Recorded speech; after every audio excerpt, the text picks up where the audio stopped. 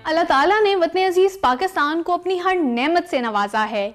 इन नेमतों में से एक नेमत जमीन की जरखेजी भी है। इसी जरखेजी के बायस पाकिस्तान में तकरीबन दुनिया का हर फल और इस फल की हर किस्म पैदा होती है।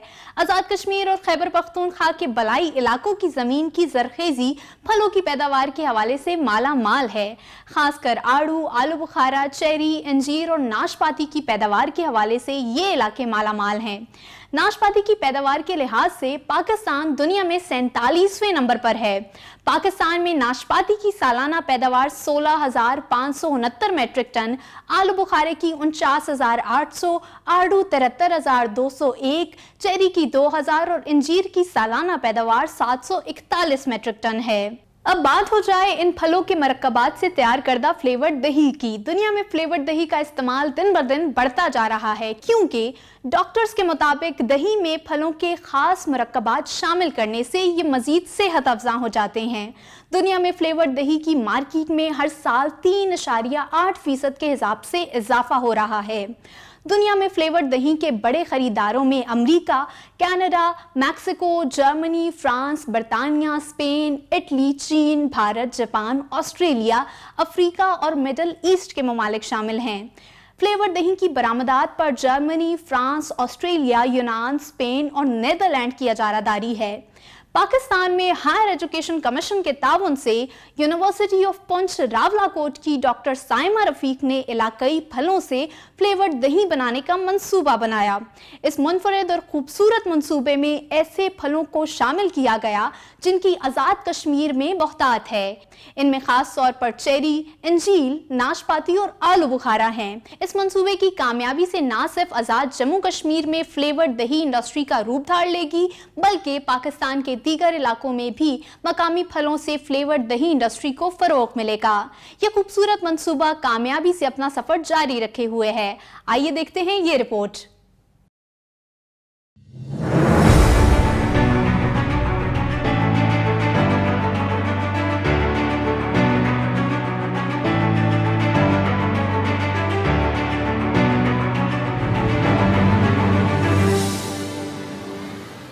यूनिवर्सिटी ऑफ पुंछ रावलाकोट में डॉक्टर साइमा रफीक की जेर निगरानी बनाई गई लैब में बायो योगर्ट तैयार किया जा रहा है। डॉक्टर साइमा अपने इस खूबसूरत मंसूबे की कामयाबी से बेहद मुतमईन हैं। ये प्रोजेक्ट जो है हायर एजुकेशन कमीशन की माली मावनत से यहाँ पे इस्टेब्लिश हुआ है। इसका विजन ये था कि currently Azad Jammu and Kashmir में कोई इस तरह का प्लेटफॉर्म या डेयरी इंडस्ट्री, एक्चुअली कोई इंडस्ट्री भी नहीं है यहाँ पे। तो मैंने सोचा कि क्यों ना कोई इस तरह का सेमी कमर्शियल सेटअप डेवलप किया जाए जिसमें हम नेचुरल रिसोर्सेज को, लोकली प्रोड्यूस रिसोर्सेज को यूज़ करें और इस तरह का प्रोडक्ट डेवलप करें जो कि हमारी कम्युनिटी के लिए, हमारी इकोनॉमी के लिए बहुत बेहतर हो। इसी सिलसिले में हमने बायो योगर्ट नाम जो हमारे प्रोडक्ट का है, बायो योगर्ट डेवलप किया है। बायो योगर्ट की तैयारी किन मराहिल से गुजरती है, आइए देखते हैं। लोकली हमारे जो बहुत सारे फ्रूट्स प्रोड्यूस हो रहे हैं, जैसे कि प्लम है, एप्रिकॉट, पीच, फिग और मलबरी, चेरीज़ बहुत ज़्यादा प्रोड्यूस हो रही हैं। तो ये इनको हम नेचुरली कलेक्ट करते, खुद जाके पर्सनली विज़िट करते हैं। जब वो अच्छी मैच्योर स्टेज पे हैं उनको कलेक्ट करके लेबॉर्ट्री में लेके आते हैं और लेबॉर्ट्री में वॉशिंग के बाद उनकी कटिंग करते हैं।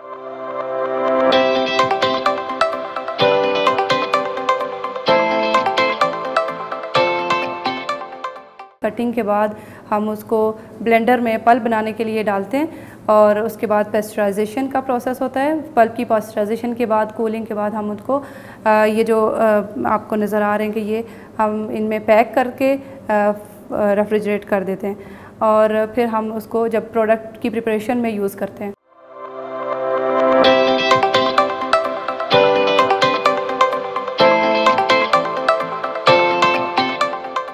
फ्रेश रॉ मिल्क कलेक्शन के बाद लेबॉर्ट्री में लाया जाता है और उसके बाद क्रीम सेपरेशन का प्रोसेस किया जाता है। मिल्क के अंदर फ़ैट की क्वांटिटी जो कि भैंस में और जो गाय का दूध है उसमें फ़ैट का लेवल कम या ज़्यादा होता है। तो हमने प्रोडक्ट में एक ख़ास लेवल को फ़िक्स करना होता है। तो उससे पहले हम क्रीम सेपरेशन का प्रोसेस करते हैं। क्रीम सेपरेशन के बाद हमने मिल्क को पेस्चराइज़ करना होता है। मिल्क को एक ख़ास टेम्परेचर पे पेस्चराइज़ किया जाता है। 95 डिग्री सेंटीग्रेड पे कुछ मिनट्स के लिए हम इसको पेस्चराइज़ करते हैं। एक्चुअली ये बॉइलिंग है योगर्ट के लिए, योगर्ट की तैयारी के लिए। मिल्क पेस्चराइजेशन का पर्पज़ ये होता है कि इसके अंदर जो बीमारी फैलाने वाले बैक्टीरिया हैं उनको किल किया जाए, ठीक है। और उसके बाद जब इसका टेम्परेचर लो किया जाता है 42 या 40 डिग्री सेंटीग्रेड पे लेके आते हैं, और उस वक़्त फिर हम इसमें कल्चरिंग यानी मुफीद बैक्टीरिया ऐड करते हैं, और फिर पल्प ऐड करते हैं। जो भी जिस फ्रूट की भी पल्प हमने ऐड करनी हो वो उस स्टेज पे ऐड करते हैं, और उसके बाद हम इसकी फिलिंग करते हैं कप्स में। डिफरेंट साइज़ हमने सेलेक्ट किए हैं, लाइक 200 ग्राम्स एंड 100 ग्राम्स के कप्स अवेलेबल हैं अभी हमारे पास। और उसमें फिलिंग के बाद हम इंक्यूबेशन करते हैं।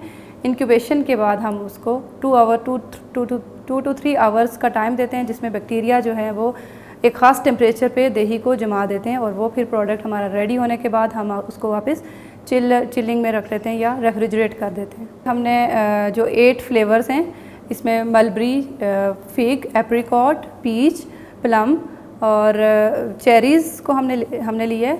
और जो फिग और मलबरी और चेरीज़ जो हैं वो बहुत इनोवेटिव हैं इस लिहाज से कि पाकिस्तान की मार्केट में भी इन फ्लेवर्स के फ्रूट अवेलेबल नहीं हैं, और ये हमारे लिए बहुत यानी यूनिकनेस है इस प्रोजेक्ट की। और 8 फ्लेवर्स के जो है हम प्रोड्यूस कर रहे हैं, और यूनिवर्सिटी में से हमने स्टार्ट किया है। यूनिवर्सिटी स्टूडेंट्स का रिस्पांस इसमें बहुत अच्छा है, उनको नए टेस्ट, दही में नया टेस्ट मिला है, और न्यूट्रिशनल वैल्यू उनकी ज़्यादा इन्हेंस हुई है, और हेल्थ के लिहाज से ये बहुत बेहतर है। आम दही की निस्बत हमारा प्रोडक्ट जो फ्रूट के कॉम्बिनेशन से बनना है ये ज़्यादा हेल्दी है, और इसके ज़्यादा हेल्थ बेनिफिट्स हैं।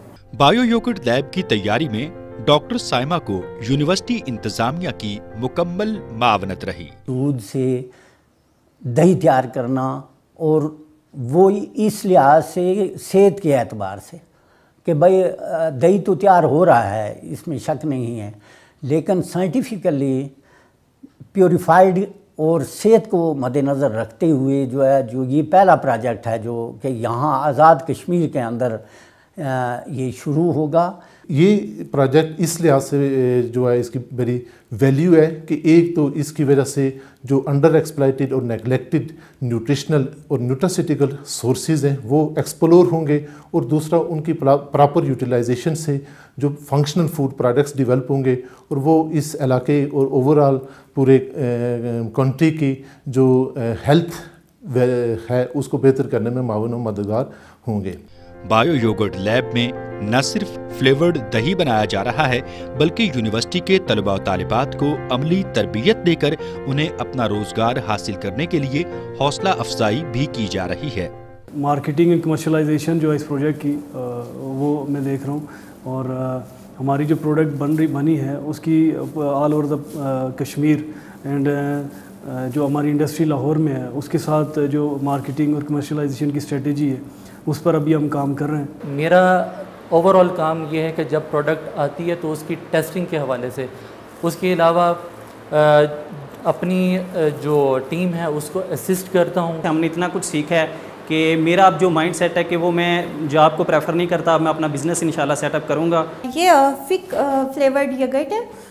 जैसे कि जो फिग नॉर्मली हम खाते हैं तो उसका थोड़ा सिट्रस सा फ्लेवर आता है, लेकिन ये मैंने अभी टेस्ट किया तो इसका बहुत प्लेजेंट स्वीटिश फ्लेवर आ रहा है। मैं as a local student fruit collection में लेबॉर्ट्री में एज अ सुपरवाइज़र की हेल्प कर रहा हूँ, फ्रूट्स कलेक्ट कर रहे हैं मैं। हायर एजुकेशन कमीशन की मदद से यूनिवर्सिटी ऑफ पूंछ रावलाकोट में बनाई गई ये छोटी सी लैब दर हकीकत एक मुकम्मल माशी मंसूबा है जो आज़ाद जम्मू और कश्मीर में पूरी आबोताब के साथ खूब चमकेगा। पाक सरज़मीन पर घूमती है जिंदगी, मंजिलों को हर कदम चूमती है जिंदगी।